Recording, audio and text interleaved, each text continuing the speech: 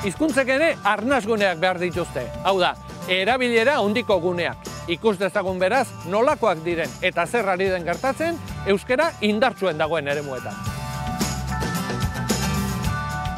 Jon, mapa soziolinguistikoa argitaratu berri duzu, baina zer da mapa soziolinguistikoa? Autonomia erkidegoan euskararen egoera eta bilakaera ezagutzeko egiten den azterketa da. EAEko biztanleria oso hartzen da kontuan. Horretarako erabiltzen den datuak edo etxebizitzaren eta biztanleriaren zentzutik eta erroldatik ateratzen da. Xabier, zuk lau arnasgune aztertu dituzu. Tolosaldeko lau herri aukeratu nituen nolabait arnasguneen izaera horren bilakaera eta zertan ziren jakiteko, eta aztertu nituenak ziren Beraztegi, Asteasu, Alegi eta Amezketako herriak. Ekitxon asko.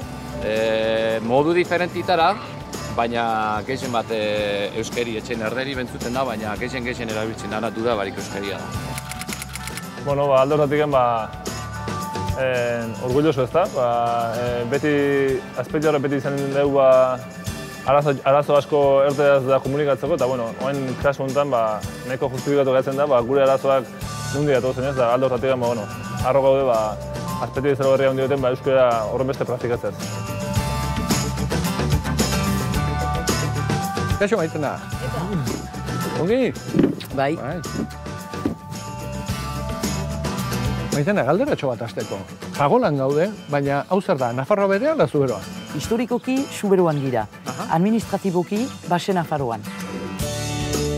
Euskararen habitata asko ari da aldatzen azken urteotan, baita Uemako udalerrietan ere? Bai, egisa esan, udalerri euskalduna bez, evoluzioa jasan dabe. Gaur eguneño euskeri heldu bada dagoen egoeran da ez, herri txarrakin den kontzientzia gaitxik.